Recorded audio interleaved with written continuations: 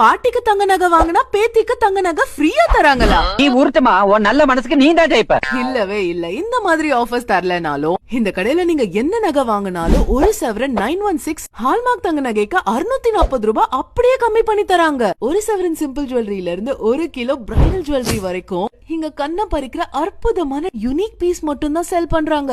Sowcarpet NSC post ரோட்ல இருக்கிற இந்த மனோஜ் ஜுவல்லரிக்கு தான் ரீசெண்டா என் அழகுக்கு அழகு சேர்க்கலான்னு நான் போயிருந்தேன். நாங்க என்ன மாதிரியே சின்ன பொண்ணுங்கள்ல இருந்து பாட்டி வரைக்கும் ரசிச்சு நகை வாங்கிட்டு இருந்தாங்க.